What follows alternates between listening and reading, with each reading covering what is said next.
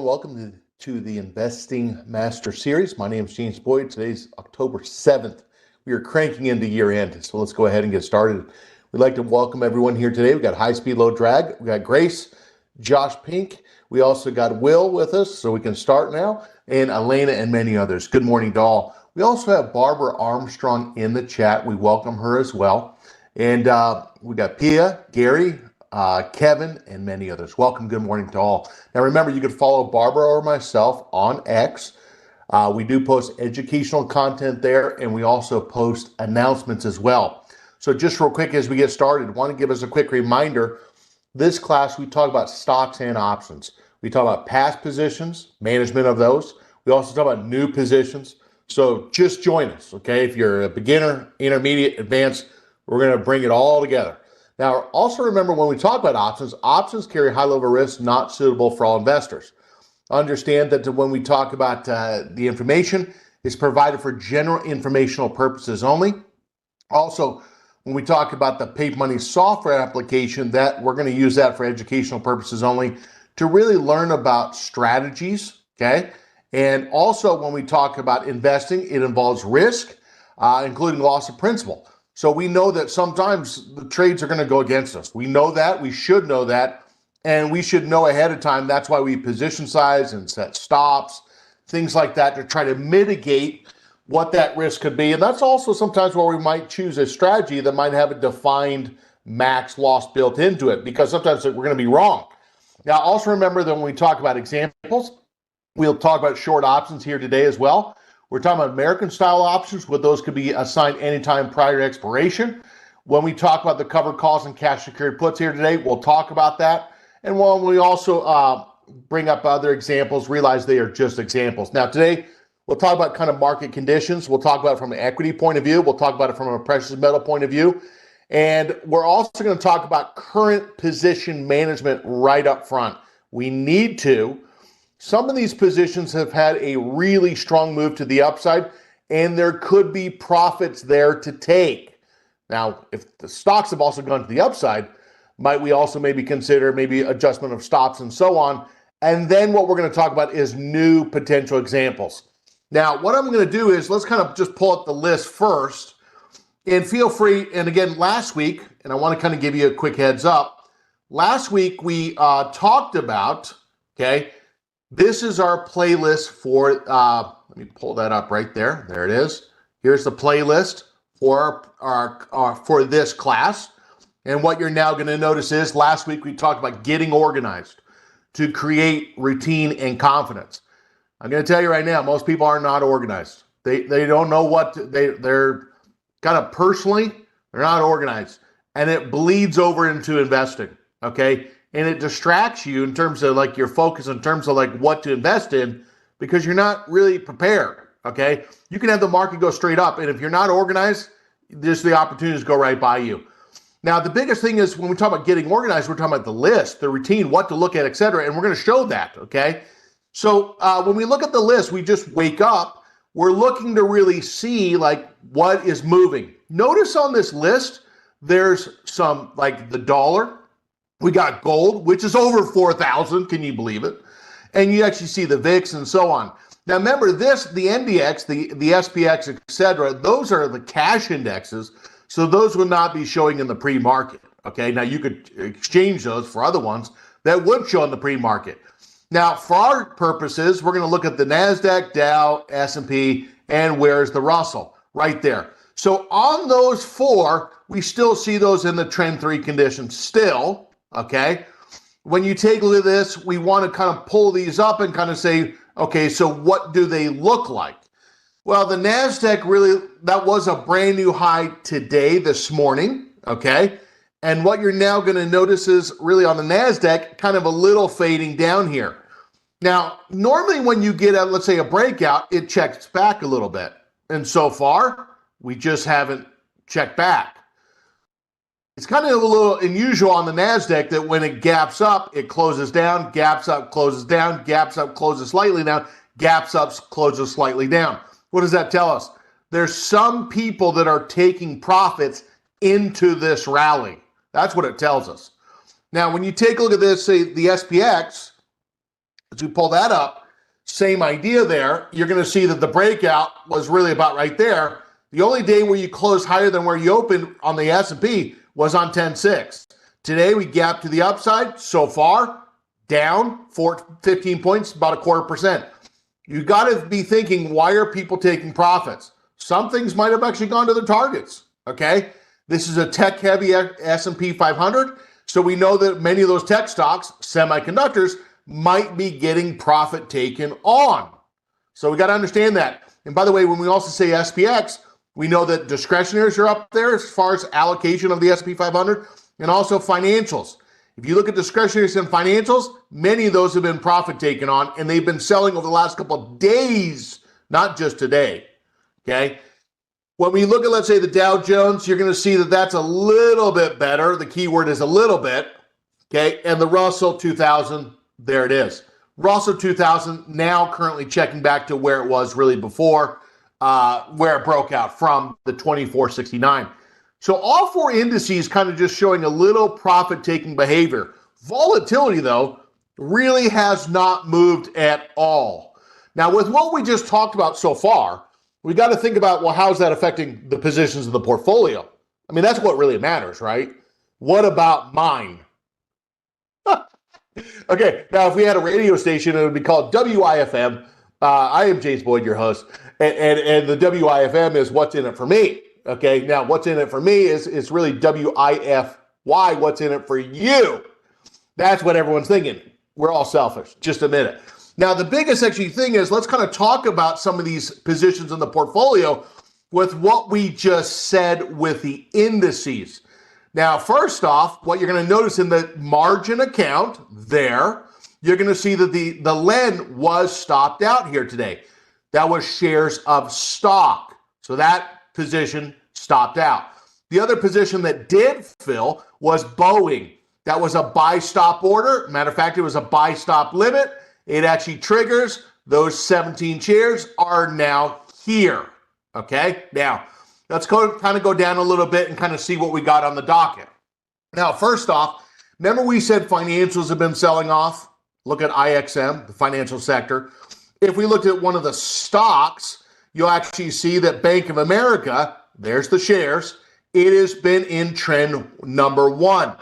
What does that tell us? Price is down below both moving averages. What does that tell us about the moving averages? Red, red, naughty, not nice. And the price, if we go back and look at that, you're going to see this down about 78 bucks.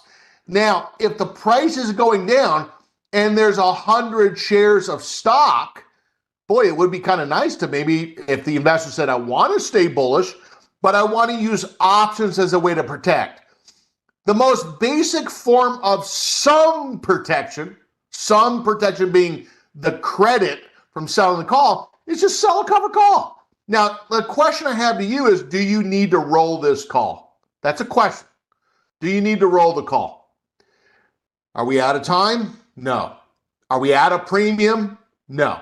Sold it for 168, it's at 130. How much of the premium actually is there unrealized so far? Answer 22%. We don't have 50, we don't have 65.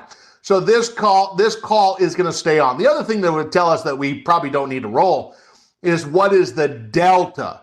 If that delta was probably lower than 20, 15, 10 for sure, probably a greater chance that we actually have the mark closer to zero and a higher percentage maximum gain, a higher percentage of the maximum gain. So the call we don't need to actually change. And by the way, the put, what does the put give us the right to do? Well, it gives us the right to sell the shares at 49. Are we out of time? No. Is the put so high? Is it way higher than what we bought it for? No. What is the purpose of the short call and the long put? The answer is to protect the shares of stock. So we got 100 shares of stock right there. And when you sell the call and you buy the put, that right there is your bearish protection. I like to think of this like a house, okay? And the house is the 100 shares of stock. 100 shares, BAC, okay? Now, on this BAC is one side of the roof is the short call, the FC, and the other side of the roof is really the long put. I'm going to tell you right now, a lot of people know about bearish position strategies, things like that. They know it from an educational point of view. They don't trade it, okay? The biggest actually thing is when you look at this, it is meant to really protect. So now when you look at the delta, that delta is telling us if the stock goes down $1, the position net should be down about 26. If the stock goes down $2, it should be net down about 52 bucks. If we went down $3 and you see where this is going, and it's really down about 78 bucks. If we went down $4, again, net, we should really be down about $104. So who cares? Well, the biggest thing is the person that is trying to A, protect the capital, 2, they're trying to protect the unrealized gains or losses, and they're trying to minimize the chances that it actually has a disastrous effect and the stock goes down $4 and the investor loses a couple $100. That's why they're collaring, okay? Why does someone collar? Because they think in the short term the price is pulling back. Why don't they just sell out? Well, because they might want to be in the position longer term, okay? They're just using the collar as a short-term volatility effect on the shares of stock. Now, if they thought the shares intermediate or long-term trend was going down, probably wouldn't be collaring, would probably be getting out. But when you actually pull up Bank of America and you look at that, you got to actually say, is Bank of America long-term going up or down? It has been on an upward trend, but it is in the process of just kind of pulling back. And we're trying to collar during this. So we get this question a million times. What language would you take the collar off? Do you see the 10-period moving average turning from red to green yet? No. Don't see any signs of this turning yet. Do you see the 20-period moving average going from red to green? No. What does that tell us? We're going to stay protected with the umbrella of the collar on the shares. Okay? So next, we go down to IBM. Now, IBM was this a vertical or was this really more of like a cash secured put? Is it more of a vertical or cash secured put? Now, if we did like a short put vertical, the higher strike, 255, lower strike, 210. Well, this is kind of more your cash secured put. This right here is really meant to actually have defined risk where it's not down to zero, okay? And if you take a look at the 255, this was really a cash secured put. That's why I put this in the short put section and not vertical. Now, do we ever think that this is really going to become worth something? It could, but it's not really a high probability that it's going to be worth something. So that 210 put was purchased for 78 cents. If the time goes by and the stock goes up, that should go down, and it has. And what you're going to notice is it's down 50 bucks. Now, the side of the trade that's bullish, and how would we know that it's bullish? Well, you would know if it's bullish if it's positive delta. Now, like I said before, is if that delta, okay, goes down to probably, let's say, lower than 20, probably 10 or 15, there's a good chance that it could be rolled or profit taken on. Now, it was sold for $5.90, the short put, and now it's down to $2.28. All right, so ding, ding, ding. What would probably tell us that we were probably in a good situation? If the short option, whether it's a short call or a short put, if that delta is probably lower than 15, when you go look at the percentage, ding, ding, ding, dong, this is actually telling us that probably have over 50%. Okay, now let's go look at the share price together. If we exit the position, we don't think it's probably going to go up any higher. If we actually think, let's say the stock could continue to go to the upside, the investor might roll the position. Let's go look at this together, and I want you to tell me what you're seeing on the chart. So if I pull up IBM, you tell me if this looks like, could it continue to go higher? Yes or no? Now, remember, we kind of joked that this was not your daddy's or mama's IBM. Now, I grew up in upstate New York, so there was IBM presence there. But if you actually take a look at this in upstate New York as well. But if you take a look at the IBM, I want to also go back to when was this trade placed? It was placed on 9/25, And what you're going to see is if I go back to the chart, where was that? 925. It was right there. And so interesting entry point because it was a huge candle that was going into resistance. Now I can hear it now. Someone's like, don't get in because we're at resistance. Well, not so fast. The bigger the candle that is slamming into the resistance, the greater the chances that resistance level won't hold. Okay? And so, point taken, the stock broke above the 281 and then just squirted higher. Now, by the way, do not forget the resistance. Now, we talked about this with PayPal. Did you see PayPal this morning? PayPal is the same thing, okay? Boeing could be that same thing as well. Keep an eye on the PayPal and the Boeing. But the biggest actually thing is, notice the break of resistance to the resistance. Large red candle into the resistance, and then the continuation. Hallelujah! Okay, now, if we take a look at this, could that be rolled? If you think, now BJ thinks it could be rolled, if you think it could be rolled, or excuse me, could go up higher, you might roll the option. So let's show how to do this. We're going to right click on this. If we roll the option, all we're really saying is we're going to buy that short option back. Okay, now wait. Do we need to do a new long put? No. It still has 45 days left. We're going to right click on that short option and we're going to create a rolling order. Now, when we create the rolling order, we're just going to buy back what we have and then sell another one. Now today, I got to go to the store. And what I got to do is I got a product yesterday.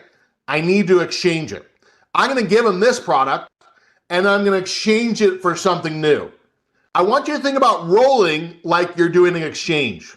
Okay? The rolling, for some reason, kind of really messes with people's minds. We're going to do an exchange order. We're going to give them back what we got. We're going to buy back really that short option there. Okay? Let's confirm. We got the 255 to get out of that trade, give it back to them. We're buying that back at 255. Second, then we've got to ask is, well, what do you want? Do you want a different expiration? Do you want the same strike? What do you want? Funny you should ask. Now, what you're now going to notice is if we go to the 21st November and we try to rinse and repeat, could you imagine? We're going to go down and look at the delta, the strikes that have a delta between 30 and 40.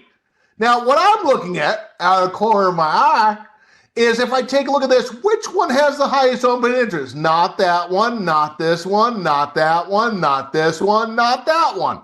The ones that are the biggest are really the 285 and the 270. We are trying to get into something that has high open interest, which could have a high volume, and a tighter bid-ask spread. Now, I want you to think about something. Let's imagine you're a power seller on eBay, and you buy and sell products. If you sell products on eBay, do you want to sell products where there's not really that much interest in them? If no one really wants to buy them, then your prices are probably not, you can't probably push the prices up. But if you were buying and selling a product on eBay and lots of people wanted it, you could probably move up the price a little bit and sell the product, buy it back, sell the product, buy it back. That's the same idea that we're trying to do here. We're trying to make sure we're not buying a product where there's not really a current interest in the product. Shouldn't be that hard to understand, okay? So if you're buying and selling things where the open interest is 5, it's like you're selling stuff on eBay and there's not a real interest in that product, okay? Now, what we're going to do is, in this case, we're going to go to the expiration. We're going to go to the 21st November. So notice you can select, which we did. Then what we're going to do is we're going to roll out. We're going to roll to the same expiration, and we're just going to go up in strike price. And there it is, the 285. So what it does is it gives us a net credit there for the 687. So what we're now going to do is trade number 1. Now, someone says, no, this isn't a new position. If you roll the position, it is a new position, and the new position is the 21st November, the 285. Does everyone understand that? Speak now, forever hold your peace. Now, I can hear someone going in the back. Okay, say your name and what your question is. I can hear Okay, someone is saying, I don't understand. We're just giving back the one we have and then selling a new one. You can do that? Yes, but you need to check the liquidity, which we talked about. Now what I'm going to notice, now by the way, that liquidity is changing, okay? It's not always staying the same. That's important to understand. It changes throughout the market day, etc. Now what I'm going to do is let's go back to just one more, and I just want to check on something. Now, a couple of you have talked about the stock of Corning. Corning is in the industrial space. GLW, if you take a look at this, we've been doing a stock position that has a covered call. And I don't know about you, but the moving average color, when those are just green, many technicians draw this pattern on the chart. And when the moving averages are green, some technicians will draw this pattern on the chart. Okay? Something maybe like that. Now, maybe you don't do that, but for some technicians, that is their happy place. Maybe it is. I don't know. You can draw what you want when you got your own pencil. Okay? Now, the biggest actually thing is we're going to go back to the GLW and we're going to ask the question, hey, on GLW, here we are. First thing we notice is we're 10 days to expiration. Warning. We just heard the famous number 10. So what does this tell us? Well, we're inside 4 to 10 days to expiration. What tends to happen in terms of liquidity? The open interest tends to go down. When you get the open interest to go down, what tends to happen with the bid-ask spread on the options? Answer, they tend to widen out. It's hard to buy and sell. Now, what you're going to now notice is the call is at 80. And what you're now going to notice is the stock is almost at 85. Okay? Now, notice right here is we sold the call. Okay? Someone on the other side, they bought, okay? They bought the call. Okay? And they bought the call at the strike of 80. Now, I'm going to kind of use PIA as an example, okay? PIA, hypothetically, bought a call at 80. Now, PIA buys the call at 80, and why would PIA be motivated to actually maybe potentially buy the shares?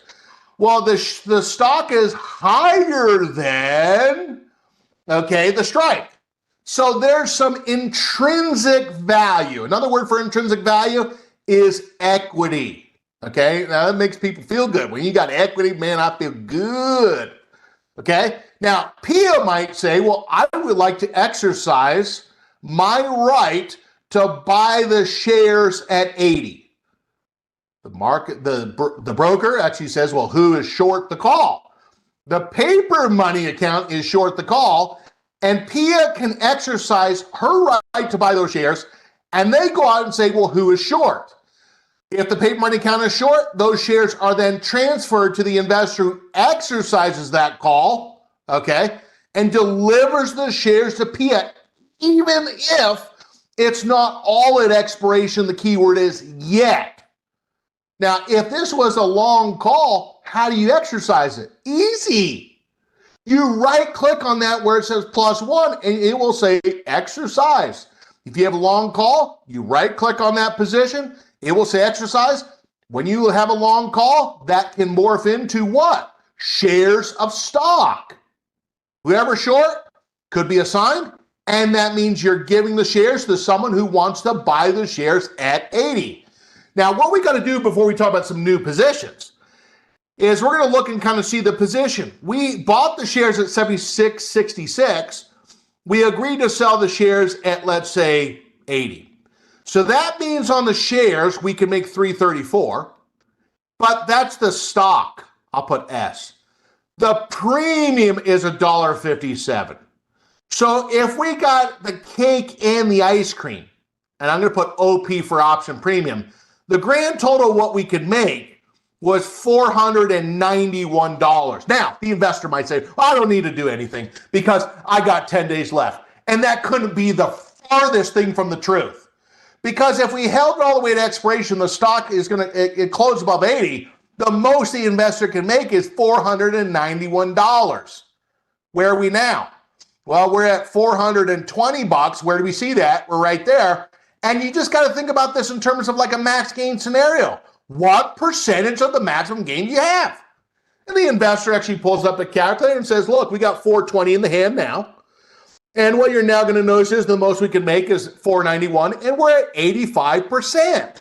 Now, if the investor thought maybe that the stock might consolidate at this point, could they just exit the position? Yeah, they sure could. Now, if they also said, James, I just want to take the money and run. How do you take the money and run, or try to? We're going to right click on those lines. And if we say, look, we just want to get out of the whole entire thing. We want to buy the callback and sell the shares. Create closing order, sell. When we do that, we're buying the callback, our obligation, and where's the profits? The profits are in the shares, okay? So we got to get this out of our mind that do we want the call to go negative? Yes, you do, because that actually means you have a higher and higher and higher and higher and higher, did I say higher? Higher percent of the maximum gain in the covered call. If the investor says, look, I'm going to get out of the whole entire thing, grab that $420 or try to, we're going to send the order. There it is. Now, by the way, could you just enter another position? Could you just maybe potentially change strategies? Yeah, sure. Okay.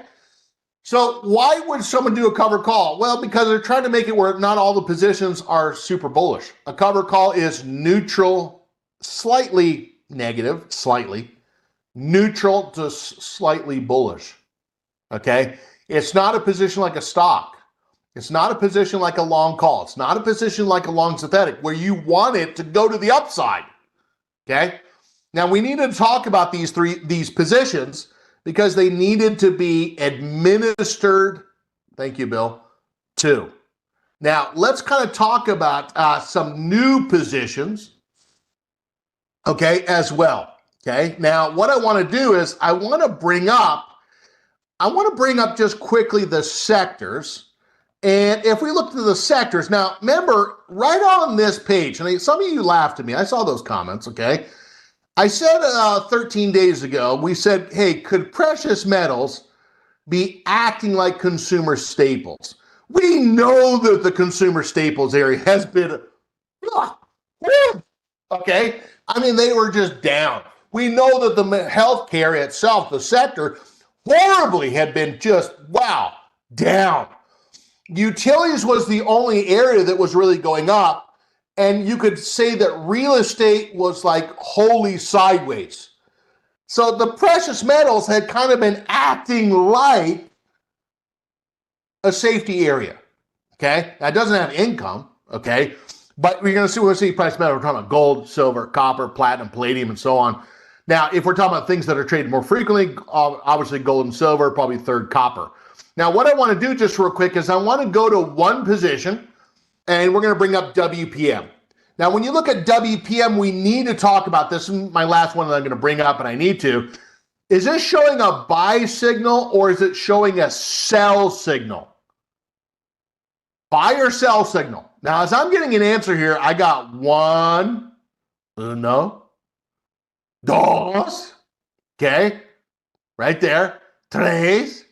And what you're now going to see is, if you look at this, that does not look like an entry signal, okay? Now, maybe your entry signal say, yeah, that's what I like to do. I like to buy when there's red candles and the moving averages are red.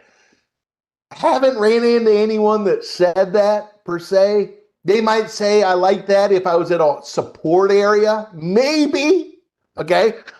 Now, why do I bring this up? Well, because in the paper money account, in the IRA, there is a position on WPM. Where are you? Come on down. Now, if we look at this, oh, there she is. And what you're now going to notice is WPM sold the 100 put and bought the 95. Now, luckily, this is still at 97% of the max gain. Now, the only way you get 100%, the only way, is you got to hold all the way to expiration, or the stock has to go up in your intended direction. Okay. Now, there's some greedy people out there. Okay. Now, I want you to imagine you got a whole rack of ribs, and literally on those ribs, there's just unbelievable soft meat. And on top of those ribs, there's this, the barbecue sauce is amazing. And after the whole rack of ribs and the barbecue sauce, you've eaten 88% of everything on that rack of ribs. There are people that literally want to go from the rack of ribs to licking the fingers. And I call them, historically, we would kind of joke that anyone that probably tries to stay in, past 85-ish%, they like to lick the fingers. Okay, they're not happy with just eating the rack of ribs and the barbecue sauce. They want even more.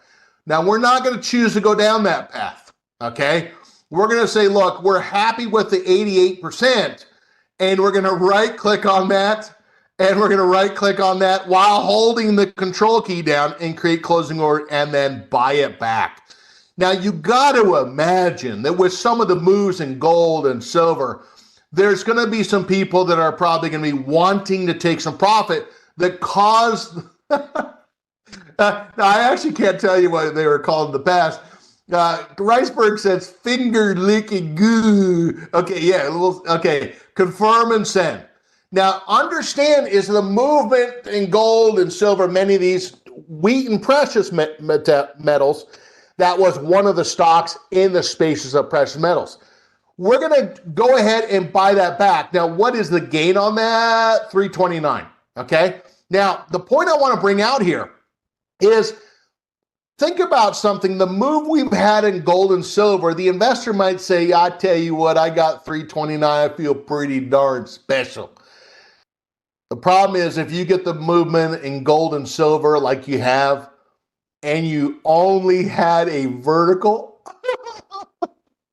that's probably what you feel right now, because you're thinking, my gosh, it went straight to the upside and the investors patted themselves on the back with a vertical. You got to remember, a vertical, you're only making 10 cents on the dollar rise in the stock, hence delta.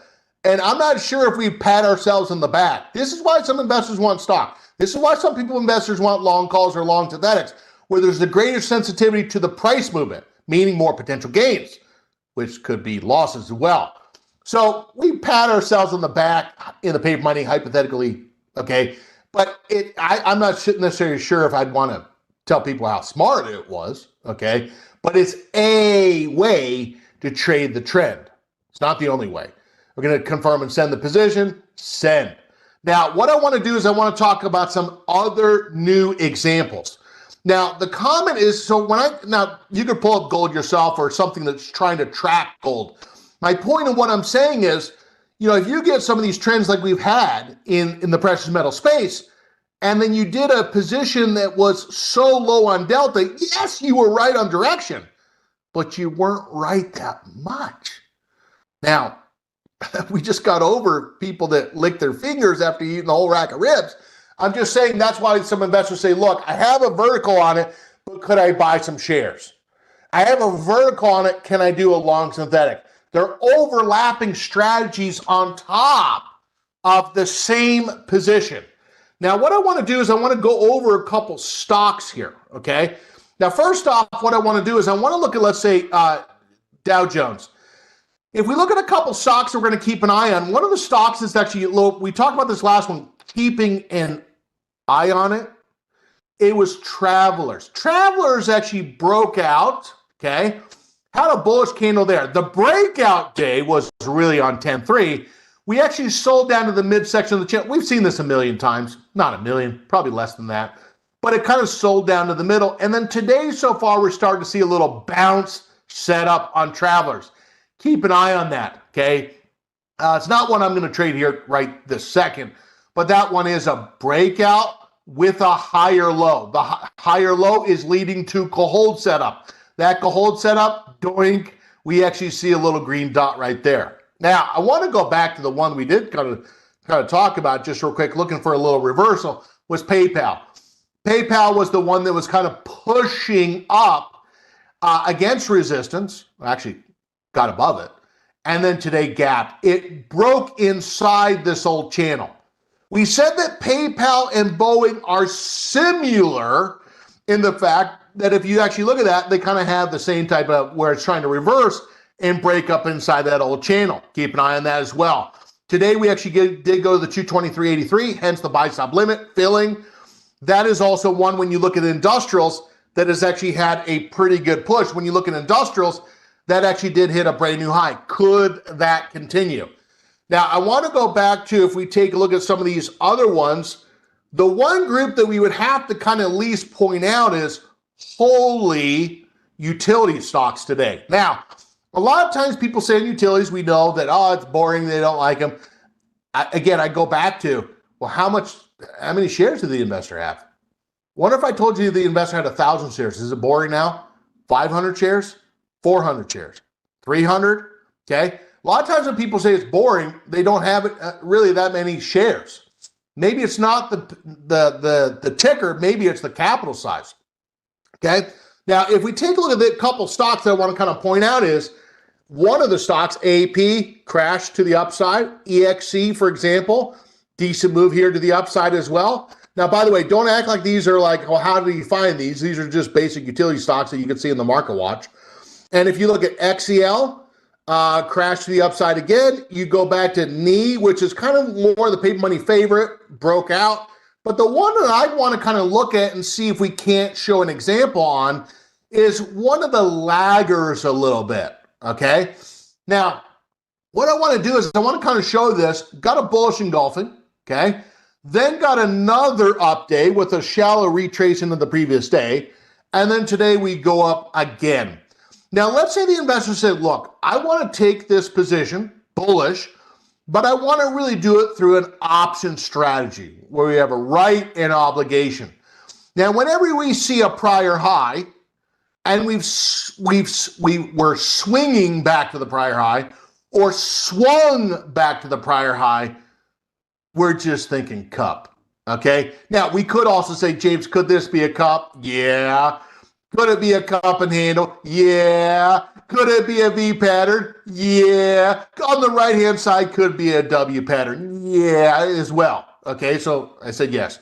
So if we take a look at this, let's say the investor said, could we go to the options and could we look and see, could we buy and sell something? First thing that we'll notice is wholly implied volatility is low. Now, this is not unusual for utility stocks. They have lower betas, okay? And when you look at the fast beta, what you're now going to notice is it barely, we don't see something so low. So the correlation of the market is not high. When you look at, let's say, the implied volatility, we actually see that that is like between 15 and 24, which says low implied volatility. Now, we come down to, let's say, the 21st November, and we say, how much are those calls? Now, when we take a look at, let's say, this, I'm going to bring up open interest for a second and the volume, please. Now, when you take a look at this, what we now notice is, I'm showing this on purpose, 2,600 on the open interest and one contract.